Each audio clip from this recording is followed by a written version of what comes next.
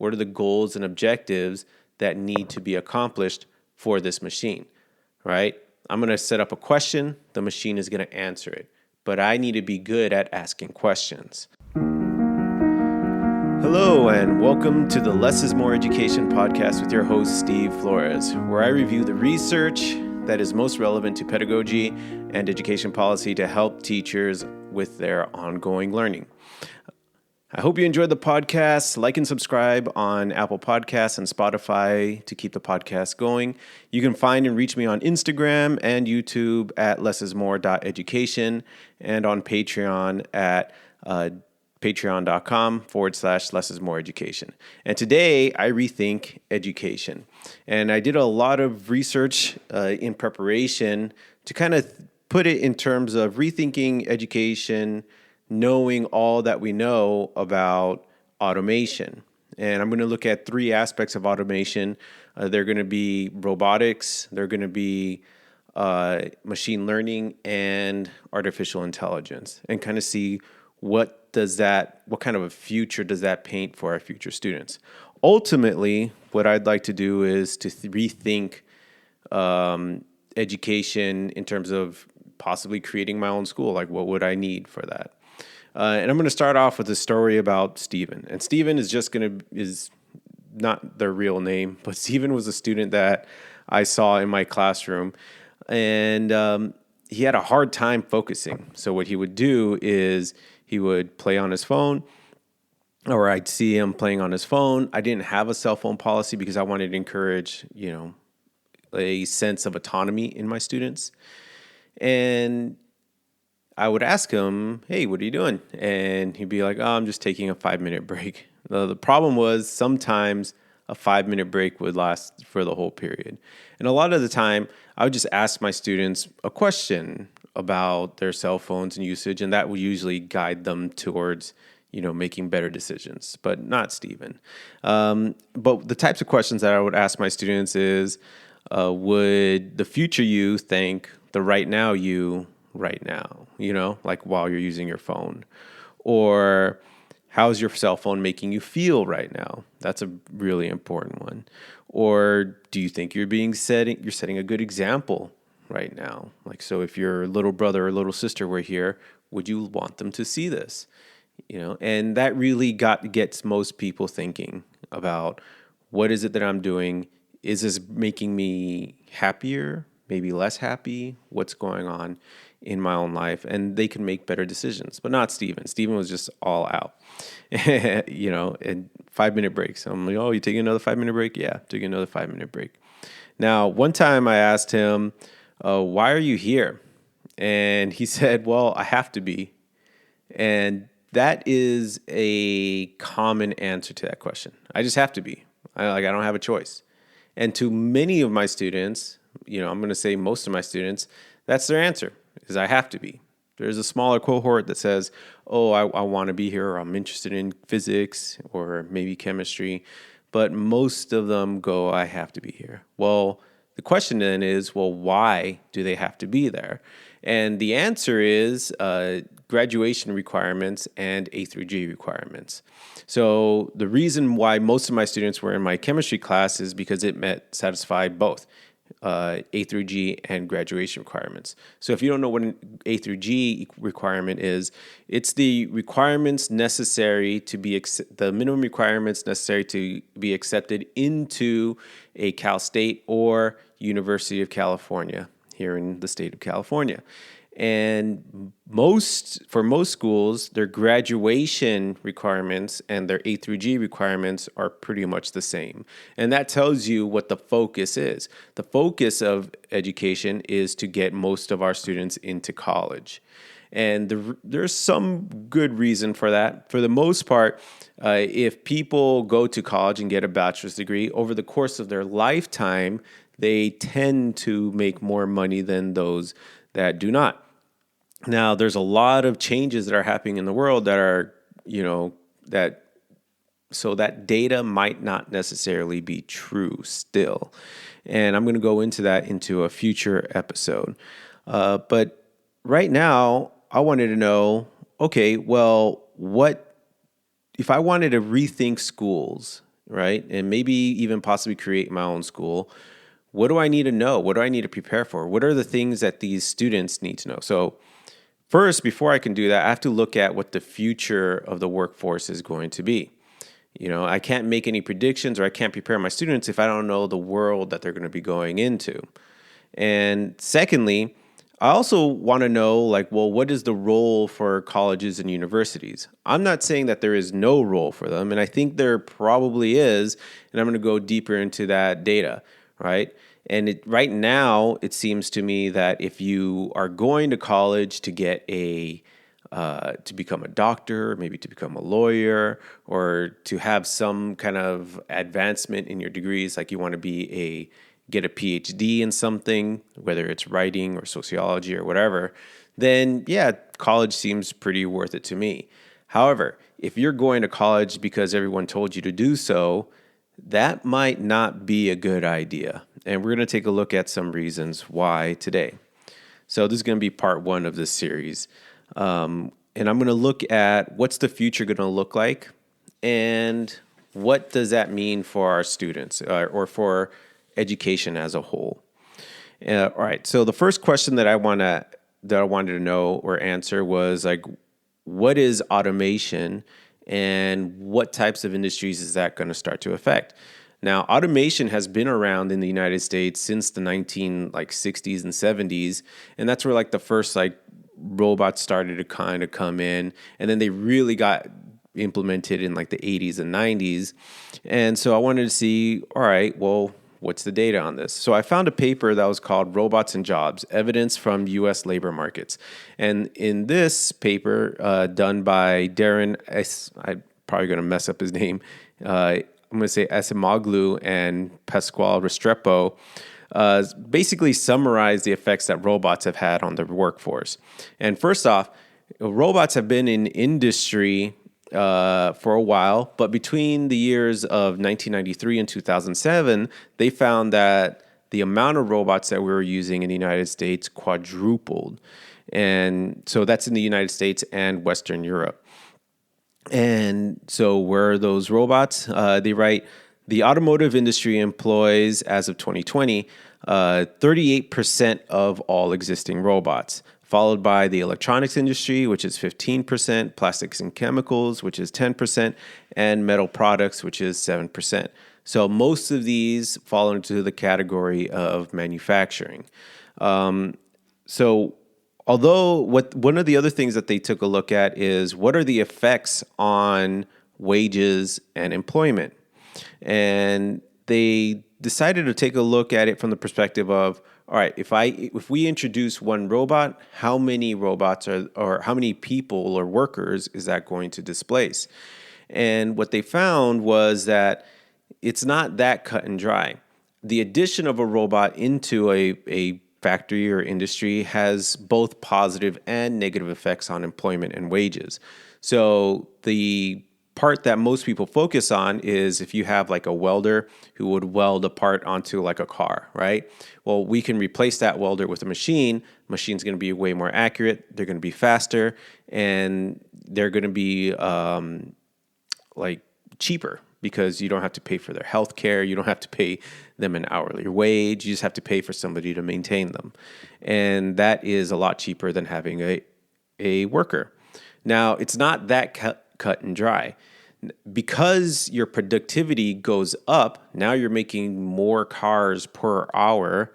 Later on, downstream effects are going to cause more people needing to be hired because they need to take those cars to where they need to be. Now you're going to need more salespeople. Now you're going to need more support staff to kind of organize how all these are going to go or all these cars are going to go. And so it's not like you just lose a worker and then that's the end of the story. You might gain more workers later on. And they took a look at a bunch of different industries. And what they found was that ultimately it did have a negative effect. So one robot would replace about 6 workers, but then it would wind up hiring about 3 more later on. So I think the average was 3.3 robots that I have here, or 3.3 workers per robot. So for every one robot that gets implemented, you lose about 3.3 workers. And then it also had an overall negative effect on wages because now, you have fewer people that are working. So now there's less wages that are going on. And even though there were robots are mainly in manufacturing for assembly, there was also negative effects later on when it came to construction, retail, and personal services. However, there was some evidence that in certain industries, you actually wind up hiring more people, but that evidence wasn't that strong. And those industries focused around agriculture, education, healthcare. In education, you can kind of think about it like, you create a robot that, you just create like a general purpose robot. And you'll need to hire more educators who understand how that works and who can teach other people how that works. I'm going to say bless you to my dog right there because she's sneezing out in the middle of recording, which is funny. And so it's not so cut and dry as to like robots are just replacing one person or three people, or there are some positive effects and there are some negative effects. All right, so who are robots affecting? That's the other question.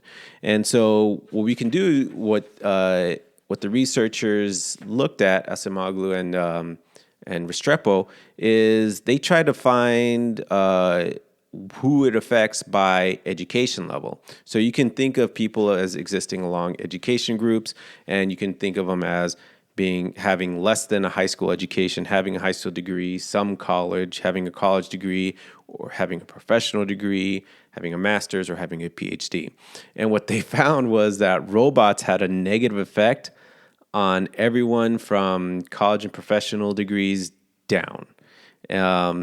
And they all experienced some negative employment and wage effects. So they weren't being hired as much, or they weren't getting paid as much. And those with a master's or doctoral degrees, you would think, then they probably have like a wage increase due to these robots. And they found, nope, that wasn't the case. And that has to do with like exposure. So even though people that have higher degrees have like masters and PhDs, they aren't really interacting directly with robots as much as all the other people that come down the line are as well. And they write, one interpretation is that this result reflects from reduced demand for workers from the non-tradable sector. A complementary explanation is that in contrast to other computer-assisted technologies, industrial robots are not directly complementing high-skill workers. So basically, they aren't really interacting with one another, so they're not really causing any kind of an effect either way. So even though robots have been implemented for a while now, what they found was that the adoption cost, so how many jobs did we lose in total, between 93 and 2000 due to robots, accounted to about 400,000 jobs, which is pretty significant if you think about like how many people there are in the US. That's like that's a percentage at least right there. But robots aren't the only disruptive technology that exists out there that are being implemented more and more as time goes on. There's also what we can call machine learning and artificial intelligence. So machine learning, ML, artificial intelligence, AI. So most people understand AI, but if you see ML, that usually means they're talking about machine learning, which is a little bit different, although some people categorize machine learning as like a subset of the umbrella term artificial intelligence or AI. And so what we're going to do is we're going to take a look at machine learning and artificial intelligence because those are going to have more significant effects on the workforce. Now, unlike robots, it's pretty clear what you can use them for, right? If you have somebody that's doing a repetitive job and it's physical and you can automate it, you can replace that person with a robot and they can do the job. Now, machine learning and artificial intelligence, those can be a little bit more pervasive because they are computer programs. So anywhere where computers exist or are being used can be affected by machine learning and artificial intelligence. So that's why it's pretty important. So what I'm going to look at first is machine learning. And a lot of my information comes from a paper called, actually it's an article in Science Magazine called "What Can Machine Learning Do? Workforce Implications." In this paper, we have two researchers. One of them, I'm going to mess up his name. His name is Eric Bernjolfsson, and Tom Mitchell describe machine learning as a general purpose technology. So some of you guys have heard the term Chat GPT. GPT just stands for general purpose technology, right? So there's like a little insider information there. And so what is this? This is machine learning is just basically a computer program in which you can give it a large data set, and the computer can take that data set and it can identify like patterns within the data sets, so that if you input something new into it, it can spit out a very specific outcome out at the end. So you're almost like training robots or training these machines, these computer programs, to learn certain things, and they're very specific things. So as an example, this is really used a lot in the medical industry. And so one example is doctors were having kind of trouble identifying the difference between like what's a mole and what's a melanoma. So for like skin cancer. And so, it's hard to tell. Sometimes doctors get that wrong. So what they did is they gave a machine a large data set of moles, and because we already had the medical records, we could identify which moles later on became melanomas and which ones did not. And once you gave this machine all this data and information, what they were able to do is, if you gave it another picture of something that you're not sure, is this a mole or is this a melanoma, then, so is this a mole or is this skin cancer? Then the robot would look at it and it will be able to identify, yes, this is going to turn into skin cancer, or no, it's not going to turn into skin cancer. It's not going to turn into a melanoma, or is not a case of melanoma. And what they found was these machines were so good at it that they were better than doctors at identifying the difference between the two, even doctors with a lot of experience. And so that's a significant way in which machines can kind of help us or identify or have some kind of really deep and meaningful use that is going to affect the future workforce. Because now, when you have some very narrow task, right? What is this? Is this A or is this B? You can train a machine to be able to identify that. And that's going to have significant impacts on the workforce, which we will see. So what kind of tasks? So this paper is kind of oriented around tasks. What tasks are suitable for machines or for machine learning, and what are not? And I'm going to read you this list, and you're going to start to see or get an idea as to what skills are our students in the future going to need to be successful. So, what skills are suitable for machine learning? Number one, learning a function that maps well-defined inputs into well-defined outputs. Number two, large digital data sets exist or can be created containing input-output pairs. Number three, the task provides clear feedback with clearly definable goals and metrics. 4, no long chains of logic or reasoning that depend on diverse background knowledge or common sense. Number 5, no need for detailed explanation on how the design was made. Number 6, phenomena or function being learned should not change rapidly over time. And number 7, no specialized dexterity, physical skills, or mobility required. And now, while you're looking at or listening to this, you're going to notice that the big difference between machine learning and robots is that machine learning can now start to affect white-collar jobs, whereas robots tended to affect more blue-collar jobs. And that is going to be really important because a lot of the people that have these white collar jobs are college educated. And that's why I want to know, like, right, where is college still important and where isn't it and where won't it in the future? Having this one size fits all approach and having one data set that you're looking at, you're just saying, oh, well, over the long run, people with a bachelor's degree make more than people with just a high school degree. Well, first, that's a false choice. You're comparing like two extremes. And secondly, there's an in-between somewhere in there, all right, called vocational schools and special certifications. And so that's like a false binary that we're selling to students.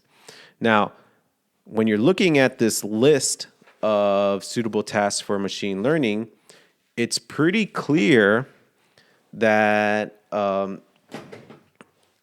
that you're going to need people that can identify the questions necessary for these machines to understand or in order to operate, right? So a machine can't just act out on its own, right? Or this machine learning programs can't act on its own. You have to tell it what to do. So you're going to need people that can go from processing a lot of data, which is no longer going to be necessary, to identifying. That's another way of thinking about it. And so this sentiment, or the other thing is that machines are not really good in the physical world. And the authors kind of echo this when they write, this has been a key reason that labor demand has fallen for jobs in the middle skill and wage spectrum, like clerks and factory workers, whereas demand at the bottom, janitor or home health aide, and top, physicians, has held up in most advanced countries. So what they're basically talking about is as we add more and more robots, then it's the people that are in the middle income that are going to be suffering the most, because a lot of their jobs are just like these really clearly defined, task-specific, repetitive jobs. And those are all going to go away. Now, people that are at the bottom, janitors and or I guess we call them custodians now, are going to be more or less safe. Again, that's a physical job and it's not super repetitive. And people that are at the very top are also going to be safe. So people that are professionals, people that have their PhDs, people that have that are doctors.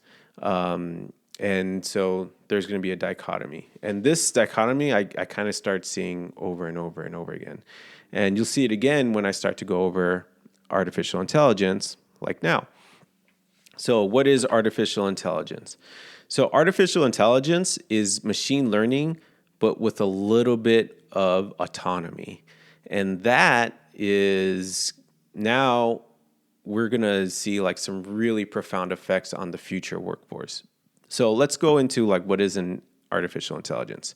So the OECD defines artificial intelligence as a machine-based system that is capable of influencing the environment by producing an output. So predictions, recommendations, or decisions for a given set of objectives. It uses a machine or or human-based data and inputs to 1, perceive real and or virtual environments. 2, abstract these perceptions into models through analysis in an automated manner, for example, with machine learning, or manually. And 3, use model inference to formulate options for outcomes. AI systems are designed to operate with varying levels of autonomy. So now we have AI, and AI kind of uses this machine learning to extend into more of an automated type task. So now you can take these repetitive tasks and you can have a machine do them and kind of adjust a little bit with time.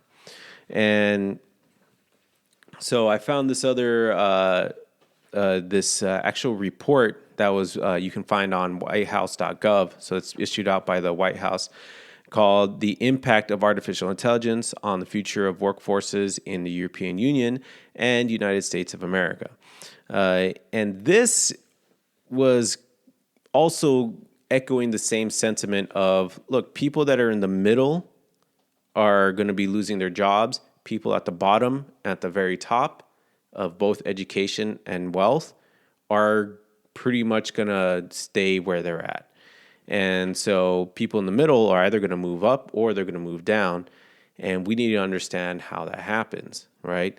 Or why that's happening and what we can do about it so that we can, prepare our students for the future. So it's really important to think about these things. All right. So when they looked at AI, they first take a look at, all right, well, where's AI being used right now? And what they found was right now, AI is implemented in your everyday lives, although you may not know it.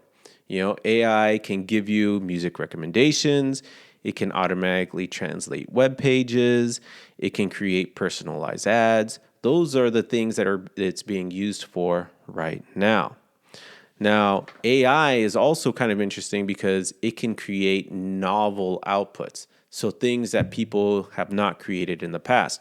So if you look at AI programs such as ChatGPT, you can have a conversation with ChatGPT. You can ask it questions and it can give you pretty accurate answers in return. So that's something that's different from machine learning because you can give it a variety of inputs and it'll create a variety of outputs. And then you can also look at, it's not just in conversations. There is another program called DALL-E, DALL-E, and that can create novel images. You can literally just type in, I want to see Yoda wearing a sombrero, and it will spit out 4 images with Yoda wearing a sombrero. And it can do it to like a really high degree. It looks pretty good. And you can try it yourself. You just Google DALL-E and you can start playing with it. So because AI can generate more and more like novel and creative products than machine learning alone, AI has the potential to displace a lot of workers with more advanced degrees. So we're talking about people that have college degrees and above. So there's still a question as to whether or when this will happen, and how quickly it'll happen. Now, technology is kind of scary because it evolves at a exponential level, right? And because so many things are changing at exponential levels, I feel like it's going to be quite significant for the future, and it makes the future really hard to predict as well, right? But there are some general trends that we can see. So currently, like how many firms are using AI? Like not as many as you would think. Information technology, professional services, and management are the sectors that have the greatest adoption of AI currently in their systems, and those adoption rates lie at around 5% of each of those industries. So even though it's a small percentage, it still has the potential to affect a bunch of people, especially if these firms are really big, like Facebook or like Google or like Spotify, right? So even though it doesn't take very many firms to adopt them in order for them to start to affect everyone. All right, so what are the impacts, right, of all this automation? Now, we have seen that robots can displace workers that do like really repetitive, unchanging tasks, but their impacts are still kind of low. Machine learning and AI have the potential to displace not just blue collar workers, but white collar workers too. So a lot of office jobs are going to start to disappear. And according to that White House report that I mentioned before, it says that AI has the potential to increase productivity, create new jobs, and raise living standards. However, by its very nature of performing non-routine tasks formerly thought to be strictly the domain of humans, AI is likely to disrupt large swaths of jobs and tasks. This may lead to difficult adjustments for workers as jobs are redesigned or require skills change. And so this is going to be really impactful to people because one of the questions that I feel like we haven't asked is, what if people can't adapt quickly enough, right? Yes, we're going to have to learn new skills because these like machine programs are going to be displacing a lot of people. But how quickly can you learn a new skill? And not only that, but how quickly can you learn a new skill that will still be relevant in a year or in 2 years or in 3 years? That's going to become the big question. And that's going to be really hard to predict. So both robots and AI will affect tasks that have like routine tasks, or industries that have a lot of routine tasks. That's things that we're doing over and over and over again, mostly through displacements. But we've also come to see that these tasks are going to be focused in middle paid occupations. So things like machine operators and office clerks are being displaced currently, and that's going to happen pretty quickly from here on out, because those are very routine jobs. In contrast, non-routine occupations are concentrated at high and low paid occupations. This phenomenon is what we call wage polarization. So as the middle jobs disappear, that just leaves really high paying and really low paying jobs. And as automation gets rid of more and more of those middle jobs, you start to have more and more people at the very top and at the bottom. So the income gap that we have between wealthy people and poor people is just going to get, or has the potential to get, way, way worse with the implementation of machine learning and artificial intelligence. So this is kind of scary, right? So it doesn't have to. There is another possible way of getting out of that, but we'll see, right? We'll see, because we don't know how this is going to play out. In fact, the White House report kind of offers like a different, like, possible take on this. They write, all right, like, let's say, what if wage polarization doesn't happen? They write, an emerging body of research suggests that AI can outperform workers in an increasing set of complex tasks, mainly done by educated workers. Compared with earlier digital innovations, this suggests a paradigm shift in our thinking about AI's potential to automate worker tasks. For example, the automation of a worker task by AI could exacerbate the process of occupational de-skilling instead of job polarization. So what this basically means is, you might have a job, and your job is going to be a combination of routine tasks and non-routine tasks. Now, when an AI comes in and starts to replace you in all of those routine tasks, what that means is you as a worker no longer have to know that stuff, right? Or do those repetitive tasks. A machine can just do it. So you as a worker might potentially keep your job, because there's still all these other aspects of your job that are non-routine that are going to make it worthwhile for you to still be kept around. And that's the optimistic view that's coming from the White House. All right. And is that going to happen? Is that not going to happen? Who knows? Only the future can tell. But one thing that's going to be important is, if your job requires routine and non-routine tasks, no matter what, you're going to need to know how to think on your feet. You're going to need to know or have a lot of critical thinking skills. So this is going to be pretty intense. So what can the education system learn from all of this, right? That's the other big thing. Now, our public education system, it has a really hard job of adjusting course according to the needs of the students. And the reason is, it's a big machine itself, right? So you can think of our modern education system as being like the Titanic, and what we're seeing with AI and automation is this giant iceberg coming at public education. And my fear is that it won't be able to pivot in time, in order to serve our students. So what are the things that we need to learn?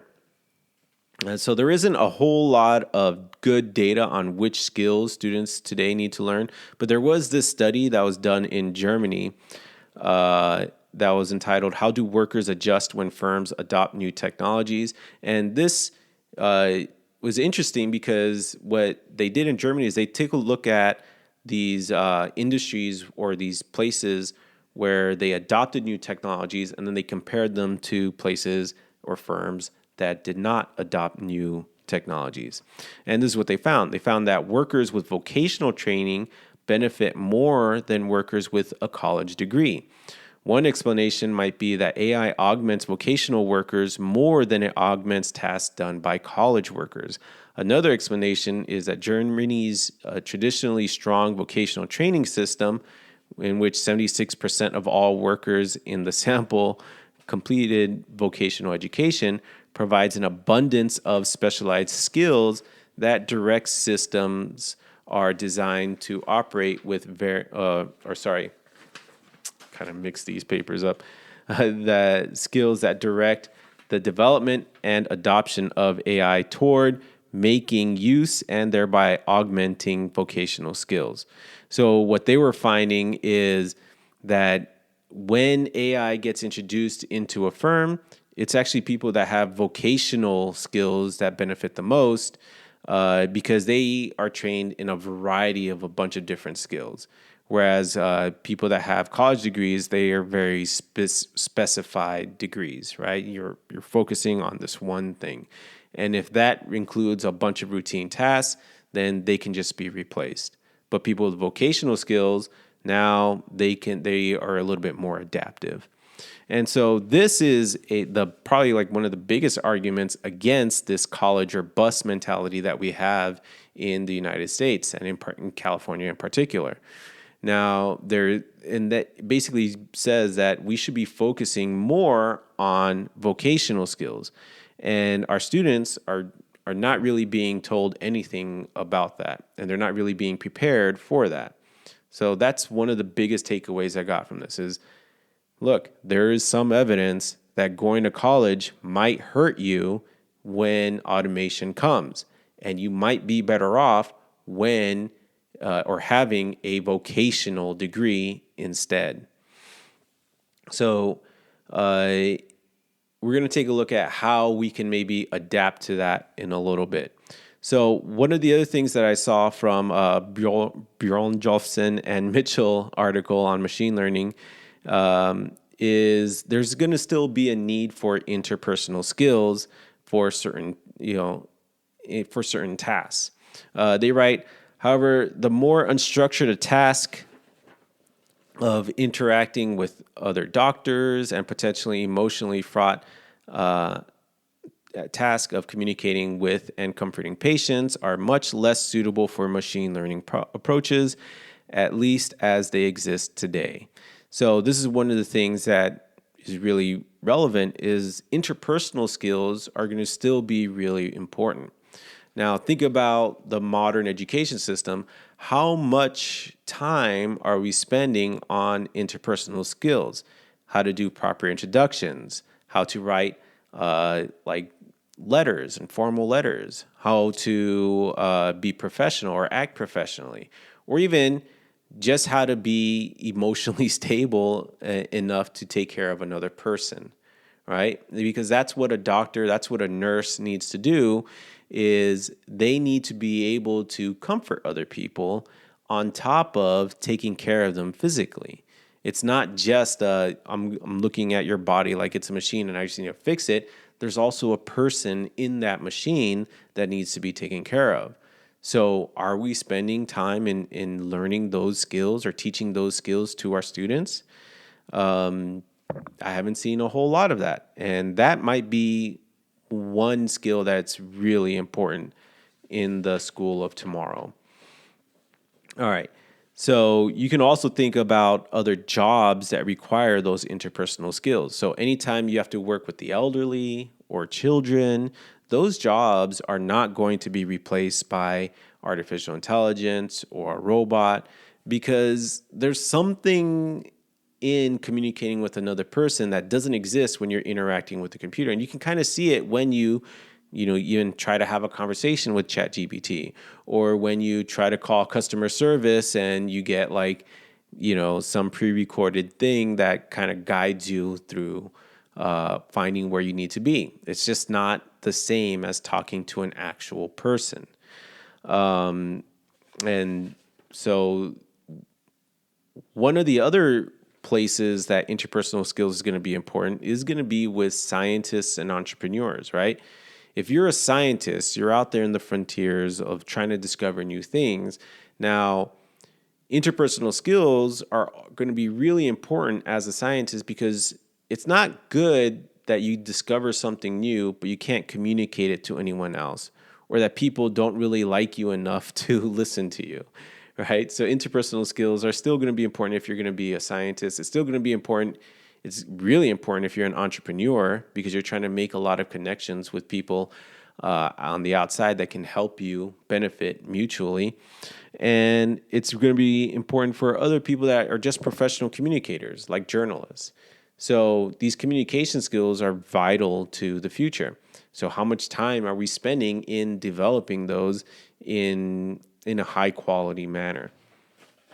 Now, one of the things that is also going to be important is students need to know what their purpose in the world is going to be, especially in this new futurized world. Now, one of the problems that I have with the modern education system is that because we have such a focus on getting kids into college, they have no connection to what jobs actually feel like or actually are. If you've ever worked, right, or worked in a bunch of different places, like I have, I've done everything from sell knives to, to tutor and teach. And one of the things that I find is that when there's a huge difference between a job description and actually doing a job.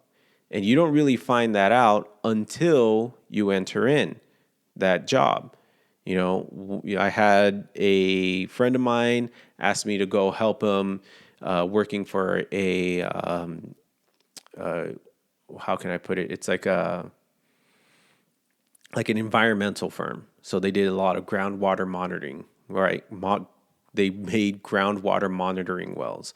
And the way it was sold to me as like, oh, you get to travel. It's like, you write up some reports. You get, you get to leave the office about once a month. But when you actually get there, I found that most of my time was being spent in a cubicle, writing reports. About once a month, I would go out into the field. But when I go out into the field, because this is an environmental company, you have to go to where there are environmental disasters, which I didn't think about. And so I was visiting a bunch of places that had like the most polluted groundwater or had lead paint everywhere. And so I found that was like my first big exposure to like, oh, the job description and how it actually feels going there are two very, very different things. And students, young people, need to realize this for a couple of different reasons. Number one, they need to know what the actual work, like jobs that they're interested in, are like. And if they go and they try an internship somewhere and they find that they don't like it, then you have to have a debriefing with them and ask them like, all right, well, what specifically didn't you like? And what specifically did you like, so that you can pivot into a direction that's going to be more suitable to you. And the key is find your purpose. So how do you find purpose? Here's a good way of finding purpose is you go out into the world and you try to find a problem that you want to help solve. You may not be able to solve it all on your own, but you can contribute to the solving of that problem.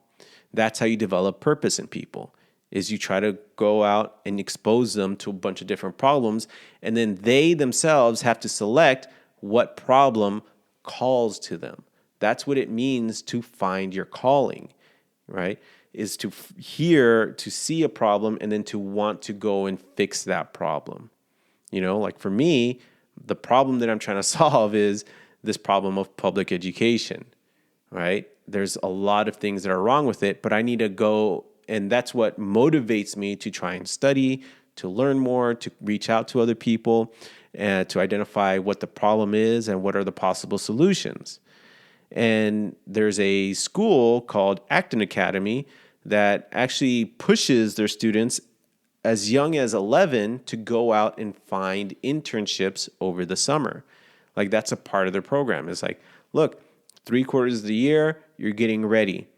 And then that last quarter of the year, you're going out and you're trying to find an internship so that you can grow yourself as a person. So you can start to identify what the problems are that exist out there and find what your calling is. So finding your calling is also a product of, interacting with the world that's out there around you. Now, if I think back at my student, Steven, his biggest problem was that there was no purpose and there was no way for public school to give him purpose. That's a big problem. He had no way of exploring out into the real world. Now, some people are going to say, oh, you can do that as a teacher by, showing them videos of jobs or by inviting people over to talk about their jobs. I'm like, yeah, but that's not the same as going out and experiencing it yourself, of going out and exploring the world.